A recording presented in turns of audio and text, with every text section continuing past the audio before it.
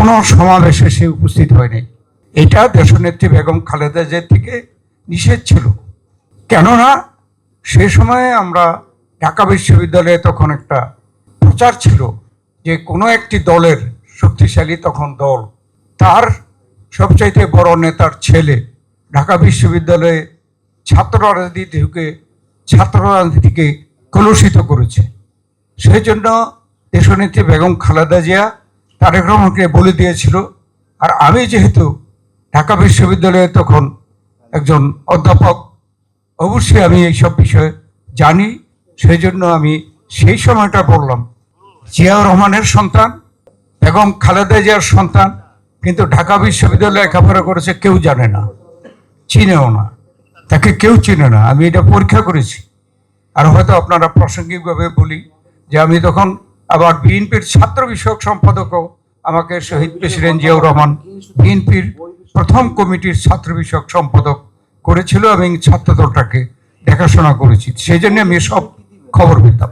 এই ছাত্র জীবনে এই তারেক রহমান কেউ জানে না। তারপরে আমরা যখন রাজনীতিতে, তখন পদ পদবি ছাড়া কিন্তু তারেক রহমান রাজনীতিতে সংশ্লিষ্ট ছিল। এটার দীর্ঘ বলতে অনেক সময় লাগবে। আমি একটা শুধু উদাহরণ দিতে চাই।